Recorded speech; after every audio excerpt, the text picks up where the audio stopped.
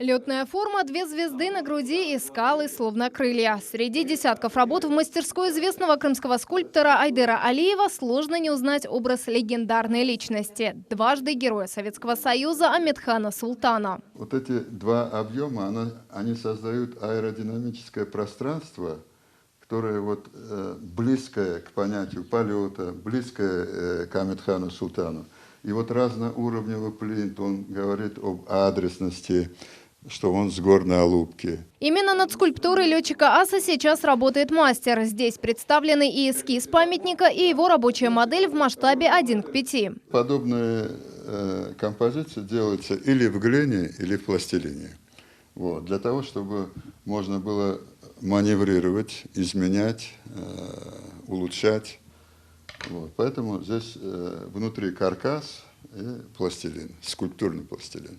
Доведя рабочую модель до желаемого результата, автор повторяет ее в гипсе. Именно с этого варианта будет отливаться масштабная скульптура из бронзы. Бронза соответствует его деятельности, как летчика, испытателя. Это связано все-таки воздух, металл, но это никак не камень. Специально под этот материал подбирались цвета гранита для пьедестала и круглого стилобата. Это подъем, на котором будет установлен сам памятник. Черный гранит подпорной стенки, окаймляющий эту круглую форму, символизирует горечь утраты.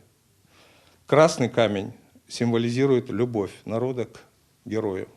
И серый камень символизирует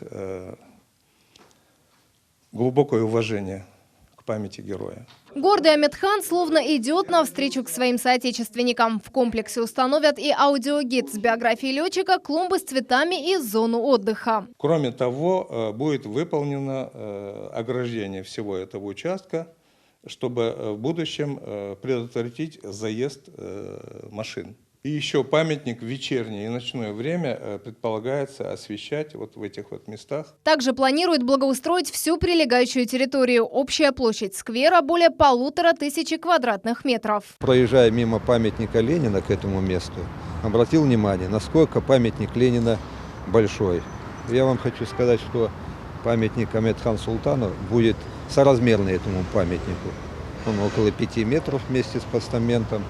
Поэтому эта конструкция такая, довольно масштабная в Крыму. Скульптуру будет видно практически со всех сторон площади. К тому же территория сквера позволит проводить более масштабные памятные мероприятия, чем это было ранее. И все люди, которые придут здесь почтить выдающегося нашего героя, спокойно могут пройти в сквер, здесь присесть, переговорить, отдохнуть. Территория для мемориального комплекса выделена на площади имени Амедхана Султана по правую сторону улицы Маяковского. По проекту первый памятник в полный рост появится именно на этом месте. Торжественное открытие запланировано на столетие со дня рождения легендарного летчика аса 25 октября.